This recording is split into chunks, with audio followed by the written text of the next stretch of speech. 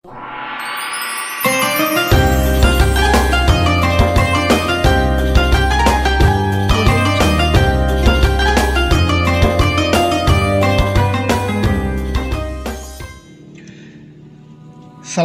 warahmatullahi wabarakatuh.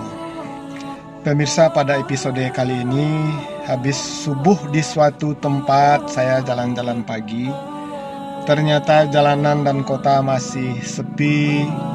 Mungkin karena PSBB masih berlaku, atau jangan-jangan orang siap sahur tidur lagi. Nah, kalau siap sahur tidur lagi itu menyalahi sunnah Nabi. Apalagi kebiasaan berpuasa itu mengubah jadwal makan dari siang kepada malam. Adalah orang yang makannya tetap 3 kali sehari selama Ramadan, tapi waktunya malam. Berbuka malam, kemudian sahur. Nah, habis makan mereka tidur lagi. Nah, ini mengganggu kepada kesehatan tubuh. Kenapa bisa begitu? Orang yang perutnya kenyang, kemudian kalori dan karbohidrat menumpuk dalam perutnya, maka otomatis saluran darahnya itu terkonsentrasi di perut. Maka akan menghambat lancarnya pengiriman oksigen melalui darah ke kepala, sehingga orang mudah tidur. Jadi kalau orang biasa tidur habis makan, tanda makannya terlalu banyak, kenyang atau karbohidrat, kurang sayur. Nah, di samping itu pemirsa, kalau orang makannya banyak kemudian tidur akan memicu munculnya asam lambung. Asam perutnya penuh, asamnya naik ke dada, dadanya hangat, naik ke kepala, maka pandangannya berkunang-kunang. Juga berbahaya terhadap proses sistem kerja insulin di dalam darah. Nah, karena sistemnya itu terganggu, maka insulin muncul. Sehingga orang-orang yang terbiasa tidur habis makan, habis puasa Ramadan, darahnya naik, berat badannya naik, nah, amalnya belum tentu naik. Nah, khawatir kita kan. Nah, yang lebih berbahaya lagi bila itu mempengaruhi kepada jantung. Karena darah yang dibawa dari perut, dari arah bawah ke atas itu minim, sehingga memicu munculnya stroke. Nah, itu makanya kata Nabi dalam hadis yang pendek yang diriwayatkan oleh Muslim, tasaharu fa inna fis sahuri barakah. Sahurlah kamu karena dalam sahur itu ada keberkahan. Sahur itu asal katanya sahar. Tadi sahar itu pemirsa adalah nama satuan waktu. Penghujung malam dan awal siang di tengah-tengahnya itu disebut dengan waktu sahar. Waktunya hanya 30 menit. 25 sampai 30 menit. Orang yang makan di waktu sahar disebut dengan makan sahur. Nah, makannya seperti inilah yang berkah. Beda dengan makan malam. Kan hadis itu menyebut tasaharu, sahurlah. Jadi kalau kita makan malam, ya tidak makan sahur namanya. Tidak ada berkah. Padahal berkah itu adalah ziyadatul khair, bertambahnya kebaikan. Nah, di samping itu juga orang yang makan sahur, fa innallaha wa malaikatahu yusalluna 'alal mutasahhirin. Orang yang makan sahur, maka Allah dan malaikat memberi selawat kepadanya.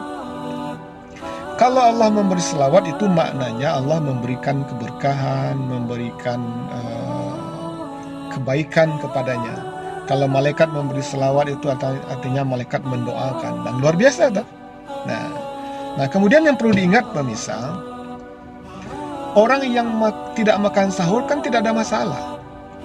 Tidak mempengaruhi kepada sah dan batalnya puasa. Tapi kali ini kita akan melihat, dalam bulan Ramadan ini kita mencari keberkahan yang sebanyak-banyaknya, pahala yang sebanyak-banyaknya. Nah, lalu diingatkan oleh Nabi, faslu ma baina siyamina wa siyami ahlil kitab aklatus sahar. Beda puasa orang Yahudi dengan puasa orang Islam. Orang Islam dengan Yahudi dan Nasrani beda puasanya adalah di makan sahur, aklatus sahar. Orang Yahudi juga puasa loh, orang Nasrani juga puasa, tapi makan sahurnya malam. Nah, ingat loh, orang Islam yang berpuasa lalu makan sahurnya malam, nah makan sahurnya sama dengan makan sahur orang Yahudi. Nah, ngeri dong. Nah, maka oleh sebab itu pemirsa, makan sahur itu diatur. Nah, kita lihat nih dalam sebuah hadis yang diriwayatkan oleh Zaid bin Sabit. Kata Zaid, dia bercerita begini, tasaharna ma'an Nabi SAW summa qumna ila shalah. Pada satu kali kami salat atau makan sahur bersama Nabi. Summa qumna ila shalah. Kemudian selesai makan sahur, kami salat subuh. Lalu Zaid ditanya oleh para sahabat, kam kana qadru ma bainahuma ya Zaid? Berapa jaraknya antara selesai makan sahur dengan masuknya subuh ya Zaid? Kata Zaid, khamsina ayat. 50 ayat membaca Al-Quran masuk subuh. Jadi kalau kita hitung 50 ayat itu kira-kira 10 menit. Jadi selesai makan 10 menit masuk subuh. Sama dengan imsakiyah itu. Jadi kalau waktu subuh kita hari ini pukul 4:44 umpamanya. Nah, berarti makan sahurnya dimulai dari pukul 4:04. Nah, ada 30 menit. Nah, itulah makan sahur yang berkah. Kalau nanti di ujung-ujungnya kita tertidur lalu lupa makan sahur, kata Nabi, tasaharu walau bijur'atin mimma'i. Makan sahurlah kamu walaupun hanya seteguk air, itu sudah dihitung makan sahur. Nah, oleh karena itu pemirsa, kita harus mengubah cara makan sahur kita agar keberkahan itu didapat selama bulan Ramadan. Inilah kaitannya dengan hadis yang dulu pernah saya sampaikan pada episode sebelumnya. Lau ya'lamun nasu ma fi hadza syahri minal khairat latamannau ayyakunu Ramadan sannata kullaha. Sekiranya umat ini mengetahui kebaikan-kebaikan yang dibawa oleh bulan Ramadan, dia akan minta sepanjang tahun itu yang ada hanya Ramadan. Salah satunya kebaikan itu adalah ada pada makan sahur. Maka rubahlah cara makan sahur kita. Kenapa makan sahur diatur seperti itu? Yang pertama, subuhnya terpelihara. Orang yang makan sahurnya sesuai dengan jadwal, 10 menit masuk subuh. Nah, subuhnya terpelihara.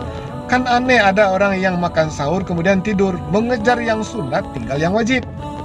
Nah, lalu yang kedua, agar orang itu terbiasa hidup sehat. Habis makan sahur tidak ada tidur lagi, itu sehat. Jadi puasalah kamu agar sehat, ya dimulai dari makan sahur. Nah, kemudian yang ketiga, agar kita terbiasa bangun subuh.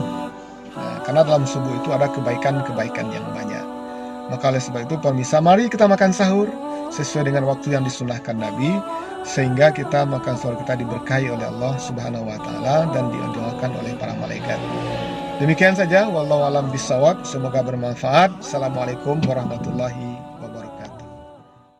Ramadan